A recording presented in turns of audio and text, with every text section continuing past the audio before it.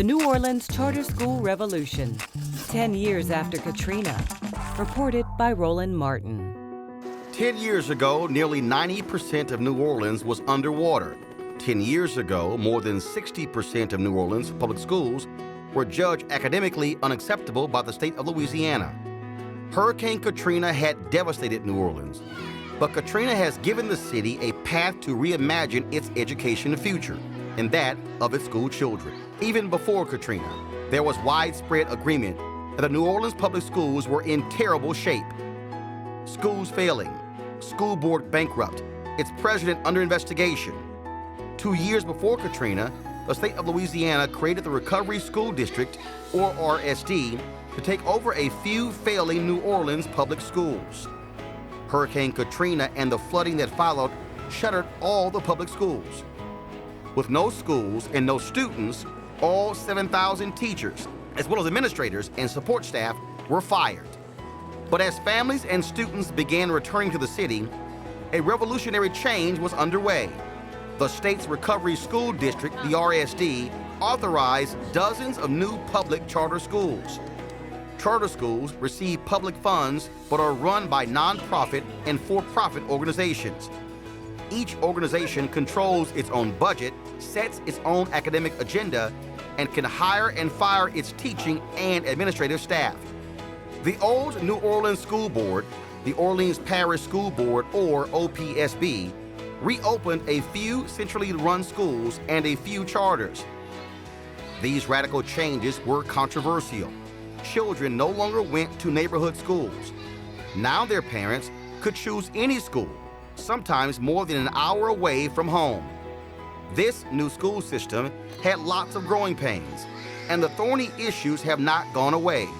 We traveled to New Orleans to find out how this New Orleans charter school revolution is faring, 10 years after Katrina.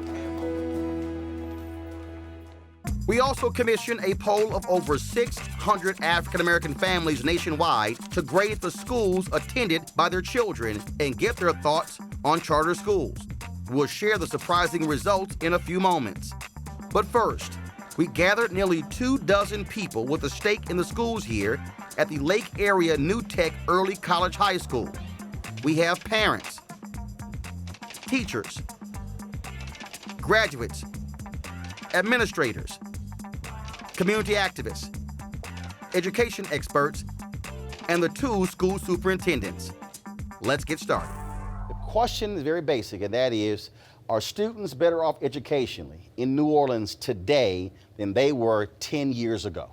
We're clearly progressing, but as a district, we're still far behind where we want to be. Remember, this is one of the lowest performing states in the union, and historically, New Orleans represented one of the lowest districts in the union. Right. For black folk in this city, they are making gains. When you hear the attacks on reform, it's all about reform. But black families, by and large, are going to ultimately going to college at a higher rate. The graduation rate is improving. And I'm clear about it. It is not where we want to be. 70-something% is not good. But wait a minute, in 1980, we had over 100,000 students enrolled in New Orleans public schools. By the time Katrina, enrollment was down to 60-something thousand. A result of that was we were failing. Did we recognize that? I think, yes, we were beginning to recognize that. Unfortunately, as Andre said, we are at the bottom. So you can't expect 10 years later for us to be at the top. Roland, I brought some statistics. Go ahead. I looked at the state test scores in 4 areas, math, English, social studies, and science. What we ended up with was that this Recovery District falls at the 17th percentile. Now, folks who speak English, just explain that in English. That means that 83% of all the other school systems, their students are performing somewhat better or a lot better or somewhere. But here's what jumps out at me. To me, I would say it's a waste of time to compare what's happening today 10 years ago. The true comparison of where we are today in education, go back to 30 years ago. When I finished high school in 1991, you didn't get into magnet high school, a selective admission high school. You had to go to private school. And if your parents couldn't afford private school, the chances of you having a successful outcome in life was slim. That's the comparison. Everybody wants to say Katrina. We were all underwater. I lived out of my truck for 3 weeks. That's an unfair comparison that everybody who's outside of the city want to make. I'm curious to know, do you believe that this current system is what's best for your children and for students? Is this also best for you? What should they know about this current system? The data may be improving. The system is still terrible because there are too few and far between black women and men teachers. I feel like the system would get better if the charter schools had more black teachers in them. I also have a situation where my son was put in a failing school, and he's a straight A student, and I've tried every... Now, when you say he was put in a failing school, what does that mean? If your child does not get in the schools that you apply for, they go back to their feeder schools.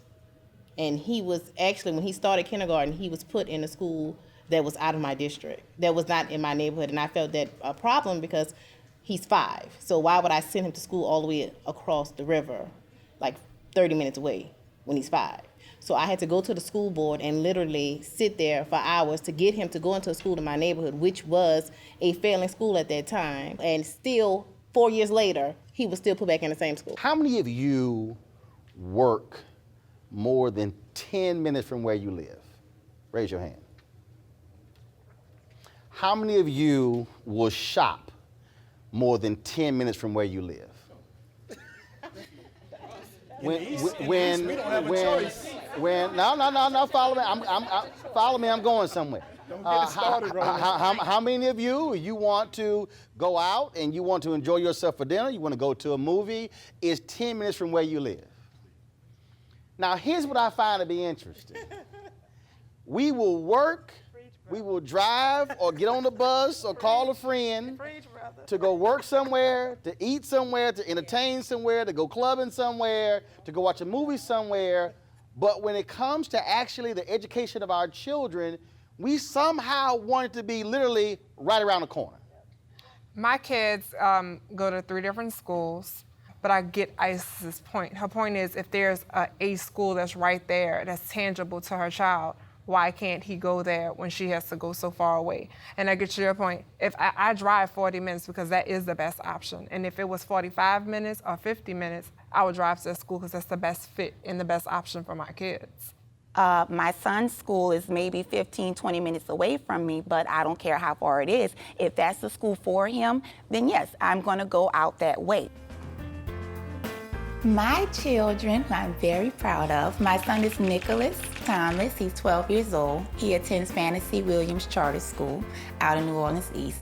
My daughter, Carissa Thomas, she's 9, and she attends St. Mary's Academy. They're very well mannered, very well respected, and it starts from the household. And I just try to instill that in them as much as I possibly can, the morals and the values that was being instilled in me, and hopefully they can pass it on to their children. Mama, love you. Love you too. You need help with anything? No, ma'am. I chose the schools that I chose for my children, Nicholas and Carissa, basically to put it all in one nutshell, because each school was modifiable for them. Go ahead, get in the car, baby. I wasn't considering the location. I wasn't considering how far that I had to go. As long as my child was able to get what he or she needed out of those schools, that they were going to be in those schools. So when I went to Fantasy Williams, one of the teachers just greeted him with a hug, gave him a big old hug, and I think I'm in heaven, you know? So I wanted to know more about the school, and I met the teachers, you know, with the specialized program, and that was the #1 reason why I chose it. They make him feel really good about himself. All right, baby, ready for school? Yes, ma'am. You excited?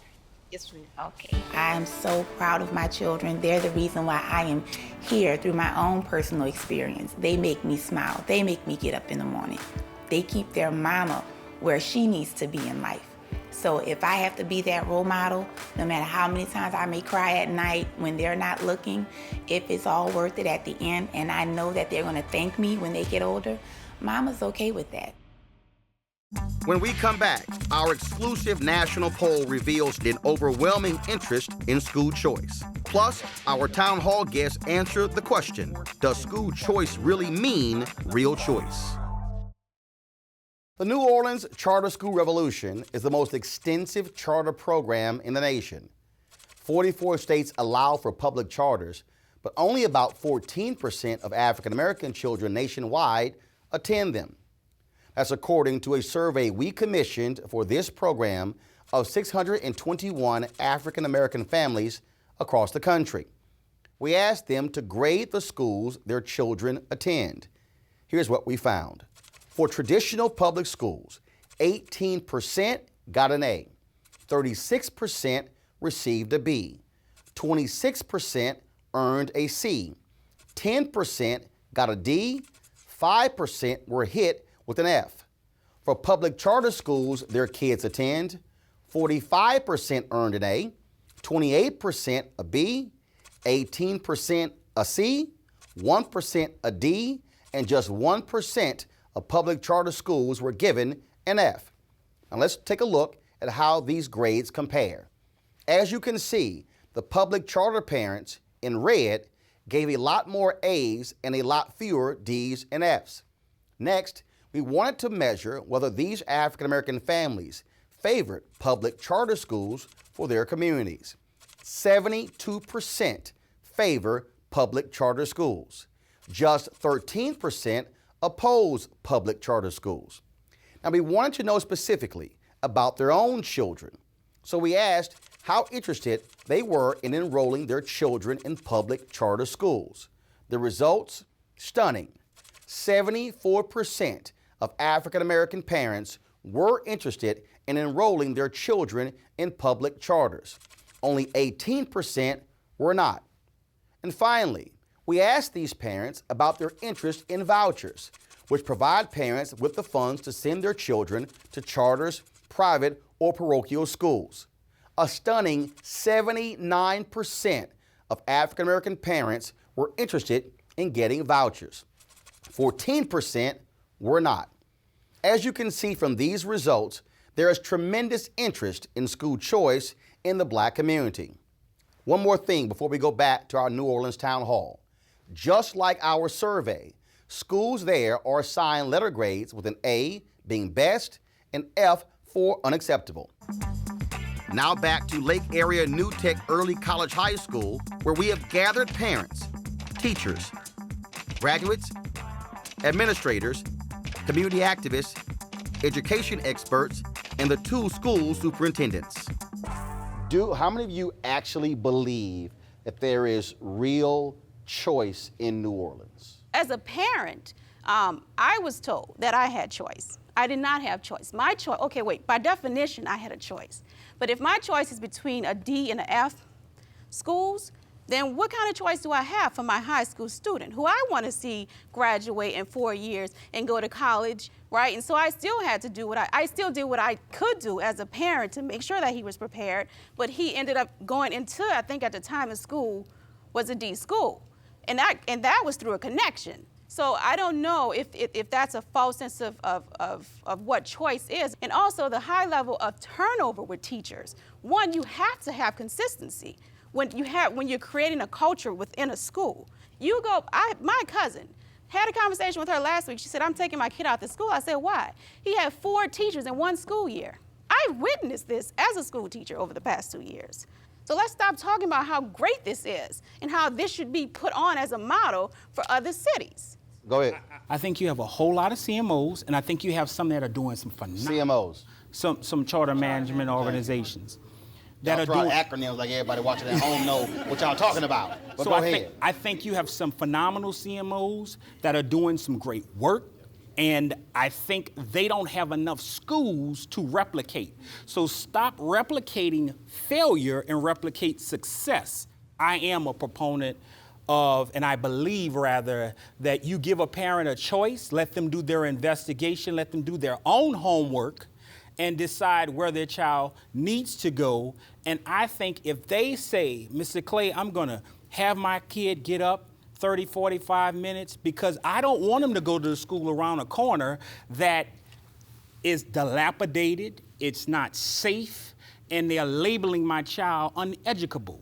I don't think any of us are in the position to tell a parent what's best for their kid. Not someone sitting in a district, not someone who's sitting across town. I think a parent who does their own homework deserves the right to get in a quality school. Why? Because I want all of our kids to have an opportunity to a quality education. And I'll say this quite frankly, they don't have that. They don't have that. You're seeing failing CMOs replicate failure. So I am excited to see folk crossing over party lines, if you would, to educate the citizens, our kids, our future of tomorrow. Because quite frankly, if we don't come together, it's the same soup warmed over. Talked about kids having to travel out of their neighborhoods to go to school. I believe in neighborhood schools. I worked in the lower Ninth Ward for years, and while we might be what you call deemed a failing school, and I hate those labels that we put on schools. I'm working at a school now. We work very hard every day. Every adult in that building is committed to kids, but because of test scores, we're deemed somewhat failing school. Now, hold on. Let's be honest, okay? At some point, you got to call it what it is, okay? Because in every other field in the world, if something is failing, we call it failing. But only in education do we want to sort of do a soft shoe, because at the end of the day, if that young man or young woman can't read, can't write, can't do math, guess what? We fail them. So we got to call it something. But even with that being said, should a parent have to travel, a child have to get up at 5:45 a.m. to travel to another failing school? Well, and again, and I think that's part of the issue here when you talk about the issue of how do you deal with education. And I think what we have done in this country, folks who I've known in this city for years, we have accepted failure as the norm. And so to your point, which has always been my point, which is why when it comes to me being a supporter of school choice, I don't care how you educate.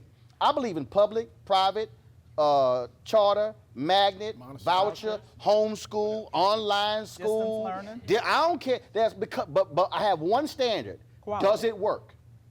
And if it works, I'm down with it. And I think so a lot of times we get so caught up in, well, it looks like this, it looks like that, and that to me is where we sort of get in trouble. But it's not a question of should we have choice? Yes, we should have choice. We're forced into having to travel. There's not enough quality schools. And so the issue is not about should we have these wonderful options. What the parents are speaking to, and this is real, there's only a certain number of slots for the A schools, and those are the schools parents want. Supply and Yeah, demand. but you know what, Andre, we also have to account that, honestly, parents consider a number of factors when they make choices, right? And so the Urban League, we do a ton of research and work with parents about why they choose and how they're choosing. It is, yes, a big factor is performance, but we're also considering distance. They're considering extracurricular activities. They're considering before care, after school care. Breakfast. They're considering breakfast programs. They're considering music, and Is it a new building? is it the facilities? It's a host of things. Is it medical health? Do they have a nurse in the school? What's their special education program look like? I mean, there's a ton of things that go into how a parent chooses. And so what we always say is you have to give them the information and respect choice. What you hear is that, again, to Andre's point, there are just still not enough options, quality options. I think we have a climate now, post-Katrina, that is more welcoming of people like myself creating new charter schools, new opportunities that are built on the premise that we don't currently have a portfolio of school that reflects the breadth and depth of need that our parents and that our children have. What you hear, the passion you hear from the parents and everybody who works in this space, and even students, nobody wakes up wanting to go to a failing school. A parent doesn't want to send their kid to a failing school. The tension you hear in this room and the tension you see in the community is supply and demand. The goal in this city is turning into now, how do we have enough quality seats for the demand?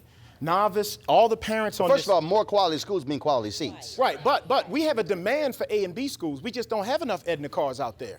We don't have enough of the magnet schools. We have to have a plan 20 years to say every child that is of school age in this city should be in a quality seat. And we have to define what that is. And right now, the tension is you have 20,000 quality seats, but you have 60,000 kids. So the 40,000 that's left out, they're like, why can't I get in? Why can't I get in? It's wrong with one app. There's no transportation. I got to travel. So the question I have, Henderson and Patrick, your superintendents, how are you going about the process of what is a true high-performing quality school, and how are you getting rid of those who are failing, who are not doing the job, and to your point, replicating those who are doing it right? Good question. When we come back, we'll answer that question. Market-driven factors are coming to play in New Orleans in a good way, not around financial, but around like what's quality and what parents want. And meet a young man whose New Orleans charter school experience led him from poverty and illiteracy to the White House. So the question I have, Henderson and Patrick, your superintendents, how are you going about the process of what is a true high-performing quality school, and how are you getting rid of those who are failing, who are not doing the job, and to your point, replicating those who are doing it right? We've done that a number of ways. So one thing I want to point out, in 2005, about 65% of RSD schools were F schools. Today is less than 7%. Okay, first of all, how many schools are we talking about? Today? Yes. That we have 57 schools, so less than 7% of those. So we're talking about just smaller than a handful. Okay. And one thing I want to point out is that— Celeste, I'm gonna get to you because you're shaking your head back there, but I'm gonna get to you. The biggest thing is about, listen to the debate that just was going on. Like, this wouldn't have happened 20 years ago in New Orleans.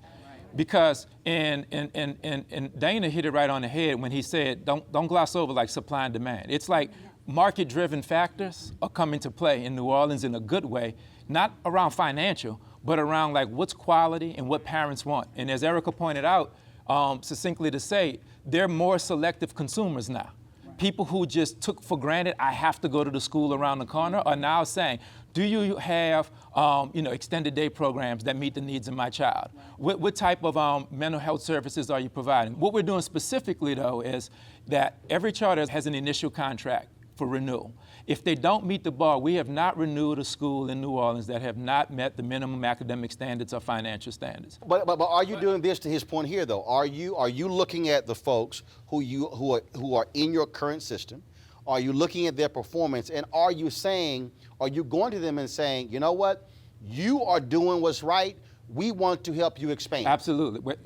They help themselves expand, because what charters do is they apply to the state or to Orleans Parish to replicate or to build more schools. So no, I understand that, but right. I'm saying that I get them applying. But what I'm saying is, as a superintendent, you're looking at that. Absolutely. Because there are some people who may say, you know what, I just want to stay where I am, but if they're doing the job, if you go to them and say, you know what, the way you are doing is the way we want to see it. Absolutely. Are you having that kind of conversation? Well, we have those conversations regularly. We constantly ask the ones that are producing well to say, look, we need you to replicate. Celeste, you were shaking your head as Patrick was talking.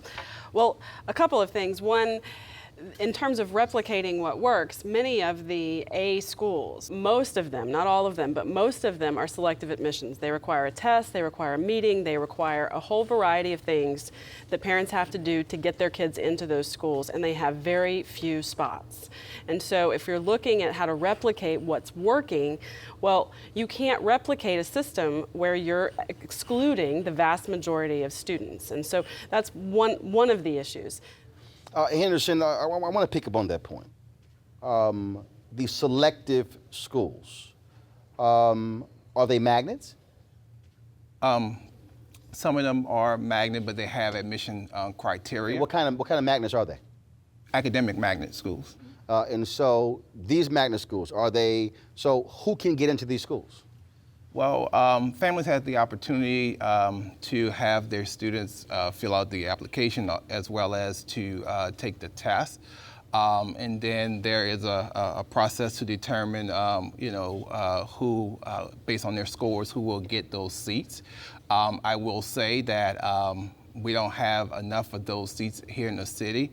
But also, as we talk about OPSB and Orleans Parish School Board, yes, we have schools with admission criteria, and yes, those schools are A schools, but we also have schools that are part of the Orleans Parish School Board where it's high performance schools where it's open enrollment just like some of the schools in the RSD.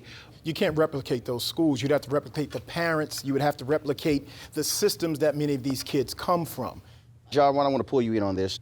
From a student's perspective, charter schools, once you're there, you have a choice. you have the choice to be successful or not be successful. Being a student who was in a charter school, I think is very important to who I have become. But my 10th grade year in high school, I almost failed. But I did a turnaround. I took advanced classes.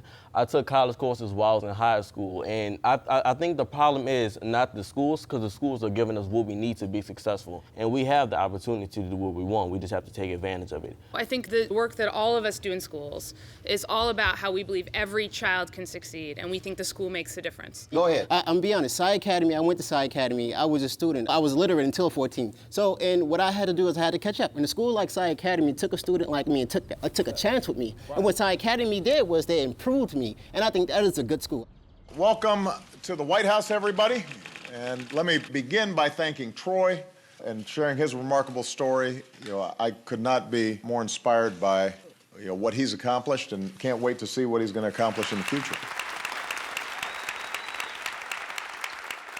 My name is Troy Simon, and I am from New Orleans, Louisiana. I couldn't read until I was 14. I was held back twice and developed aggressive strategy skills to hide my illiteracy. My report card routinely confirmed my failure. But at 14, I decided to change my life. I know that it took me to be committed to education, but I also know that it took others to help me. I couldn't do it alone. Today's event is not about me, but it's about every kid in the United States of America, ensuring that they will succeed and get a chance to reach their intellectual potential. Before Hurricane Katrina, school was really hard for me. Growing up in the Lower Ninth Ward, having trouble with illiteracy, I went to first grade, second grade, third grade without knowing how to read. And that was really, really hard for me. And even outside of school, I had a tough time. So I would hang out late at night, smoke, drink, get into a lot of violence. Sometimes I would run the street with my friends, tap dancing and snatching purses in the French Quarter. I tap danced because I figured that was a way to sort of get away from the world I was living in, poverty, on the borders of starvation. When Hurricane Katrina hit, I was in the 5th grade. School just started. We didn't have no food, no water. I know that people were looting, so we were looting too. Not because we were violent and dangerous people, but because we needed something. We needed food. We needed something to sustain us. But the media tried to portray us as bad people, criminals who are just doing corrupt things. But no, we were trying to survive. That's all we were trying to do. So the switch came when I decided to change my life at age 14. I got into religion.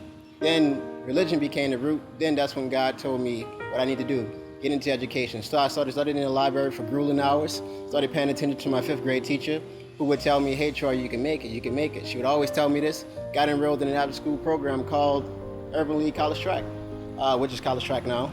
And they helped me flourish academically. That's when I left the school I used to go to, went to Psy Academy.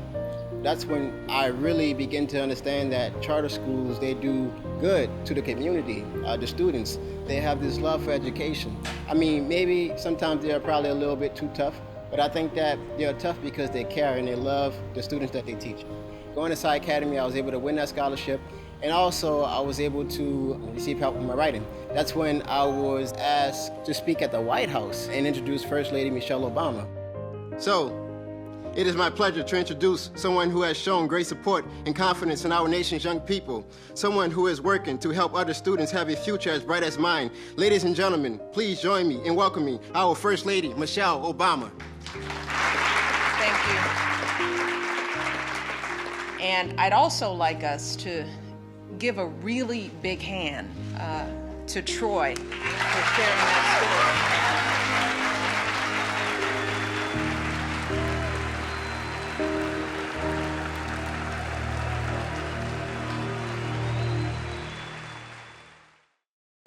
In a few moments, I'll tell the town hall they're being pimped and played by politicians, and I'll talk to New Orleans Mayor Mitch Landrieu.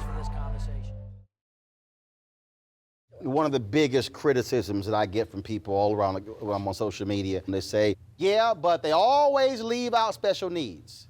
What is happening in this city in terms of special needs students? Well, in the RSD, we have over 12% of students on average in RSD schools are students with special needs. We've created in New Orleans in the RSD a differentiated funding formula. What that means is that students with disabilities that have significant disabilities, we tier the funding. So we give more money to kids.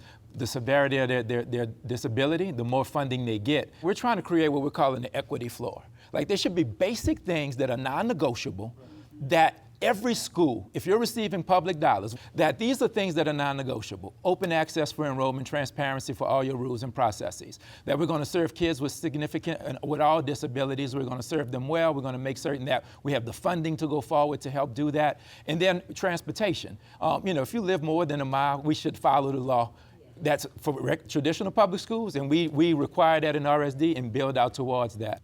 As far as when we see a need come up, we're opening up a therapeutic setting in 2 weeks in the Recovery School District for students with significant behavioral disorders. So we realize we don't have a therapeutic setting in this city anymore because of the large cuts that we've taken for healthcare over the last several years.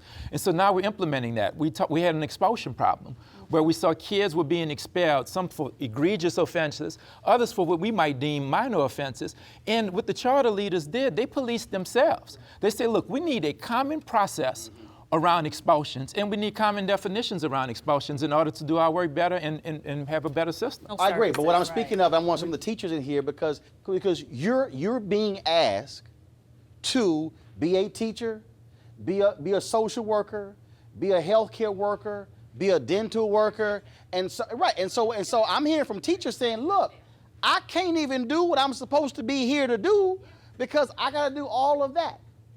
But it's very difficult also for teachers to do that in a day when you have Johnny coming to school that may have had a traumatic experience the night before, or may not have eaten breakfast, or his mom may have worked 3 jobs and coming home and he's just got to get out the door. I understand, but again, I think as education advocates and reformers, we have to demand of political leaders, you cannot get off easy and stop thinking the school is the answer to every single issue in a community. So can I'm the only recovering politician in the room. You're in rehab, huh? I'm in rehab. And from the state of Louisiana's perspective, I mean, we didn't sit around a room trying to push these wraparound services in the schools. What we heard from educators and from teachers and from parents and all of the above is that they needed them, these services, because they needed them to be right where they were. But why do they need them? Because you had community centers that were shut down. Here's the deal. Let me. I believe folks in education have been played and pimped by politicians. What I mean by that is, schools have now turned into community service centers. A lot of politicians have said, great, perfect, which means that education really is the 5th and the 6th thing that's happening in a school, but you're dealing with dental, health, you're dealing with social, you're dealing with are they eating, and you haven't even gotten whether or not they can read or write. I decided to take that to the city's top politician, Mayor Mitch Landrieu. I caught up with him at New Orleans' historic St. Roch Market. All right, let's get right to it. I wish we had 3 hours for this conversation. Ferguson, Baltimore, the shootings that we're having are not unattached to this conversation. America has left American cities to themselves. In 1996, COPS program, $4 billion was spent on hiring a lot of police officers and training them well so they could be part of the community. Back between 1990 and 2000, the United States of America spent a lot of money investing in infrastructure, a lot of money making sure that cities were partners with the federal government and the faith-based community and the not-for-profit sector and the business community to invest in human capital. That investment has completely gone away since 9/11. And hopefully in this next presidential race, every one of these presidential candidates will address these critical issues. Most people are moving back into the cities. There was a great divide between the investments that we're making in protecting ourselves overseas and not protecting ourselves on the homeland. It has a consequence with crime, with education. The best way out of a life of crime is through the schoolhouse door. And schools, no matter how good they are, and government, no matter how good we are, can ever replace a family and the kind of resources that we used to have in our communities when you and I were kids. So what were the institutions that used to work? Schools used to work, churches used to work, playgrounds used to work, right? You didn't just ask the teacher or the police officer, by the way, to fill all those roles. Right. We need resources, we need partners, and we've got to make sure the community is strong, and we can only do that with massive investments. 10 years from now, or 15 years from now, for the 20th and 25th, what will New Orleans look like? Well, I can tell you what I want it to look like. I want it to be a city of peace rather than a city where folks have to worry about their public safety. I want it to be a city where every kid in the city, whether they're from the 9th Ward, the 7th Ward, the 8th Ward, back of town, Pigeon Town, has a chance to go to whatever university in the world they want. All right, Mayor, always a pleasure. I appreciate it. Thanks a lot. Next up, how the tragic murder of a student changed one young teacher's life and how that could lead to economic freedom for thousands of young men and women. The day after the town hall, I talked to New Orleans' youngest charter school CEO at an abandoned school that never reopened after Katrina. You came in 2010, so it's 5 years ago. Yeah. And so you begin to work in this system, but then while working in this system, you all of a sudden begin to say, you know what, there's a different way education can be done. Yeah. And what was that moment? It was spring of my second year of teaching. I taught a young man named Ricky Summers. He was 16 years old in the 8th grade, and by that time I had effectively closed a 4-year achievement gap in reading and math. You closed a 4-year achievement gap, how fast? He came to our school in 5th grade, and by 8th grade, he was on grade level in reading and math. Wow. Yeah. Every day Ricky came to school, he said he was going to college and was definitely on track to do so. I got a call one day in the spring of that year where I got to know another side of Ricky. And I found out that Ricky sold drugs to support his family and was murdered during a drug deal gone bad. I found out the results of his state testing at his funeral, and according to those results, he was on track to receive full tuition to any state university in Louisiana through TOPS. Ricky had some of the best teachers in the country and one of the best school models in the country, and yet that wasn't enough to protect him from the very real conditions of poverty that he faced every day. After Ricky's death, I was inspired to build Rooted School.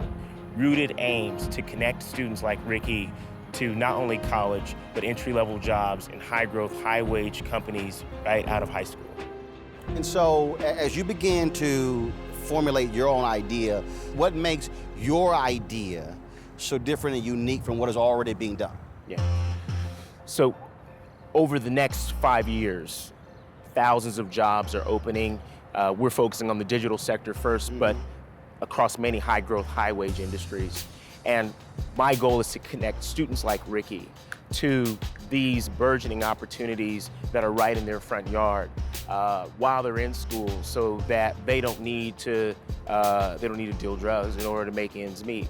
And the beauty is that with these jobs, students do not need a 4-year college degree in order to get them. You're saying this is the future. Yep. These are the jobs. We should be trying to educate and train the people today for the jobs available when they graduate. Exactly. We've got 44 states in America that now allow for charter schools. And you got lots of people who say we're totally against that, but without this current system, you couldn't do this. You couldn't be an innovator. You're absolutely right. And I think it's the beauty of this city in that it has created the conditions for someone like myself, not even from here, to in 5 years put myself on a position where I'm launching a radically new school model, not only for the city, but arguably the country, that I think will provide real economic opportunities to kids right now.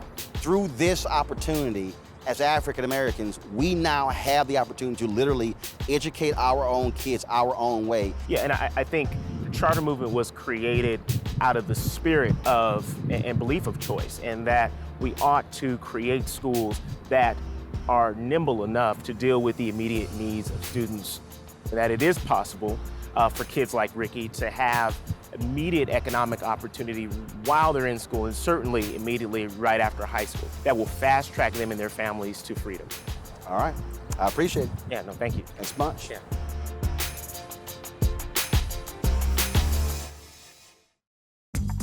Up next, my final thoughts on the New Orleans charter school revolution.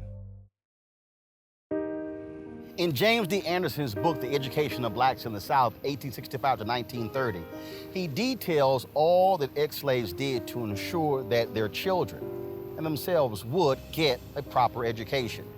Didn't matter. They were in one-room schoolhouses. They understood that education was critical to their future. The same thing here in New Orleans, which we focused on for the past hour. Here we are 10 years after Katrina, and one of the biggest changes has been that in the area of education. Only time will tell whether or not this grand experiment will actually work. What we do know is that whether or not you're a parent, whether you're a business owner or a politician, they all understand that New Orleans cannot be great unless they have a strong education system, because the future of a city depends upon an educated populace. The real question is, when we look back for the 25th anniversary of Hurricane Katrina, will we say that this grand experiment actually worked and positioned New Orleans for its future and their citizens are properly educated? Only time will tell. The graduation rate is improving, and I'm clear about it. It is not where we want to be. 70-something% is not good. Nobody wakes up wanting to go to a failing school. Stop replicating failure and replicate success. I think the problem is not the schools, because the schools are giving us what we need to be successful. As a parent, I was told that I had choice. I did not have choice. I think the work that all of us do in schools is all about how we believe every child can succeed, and we think the school makes a difference.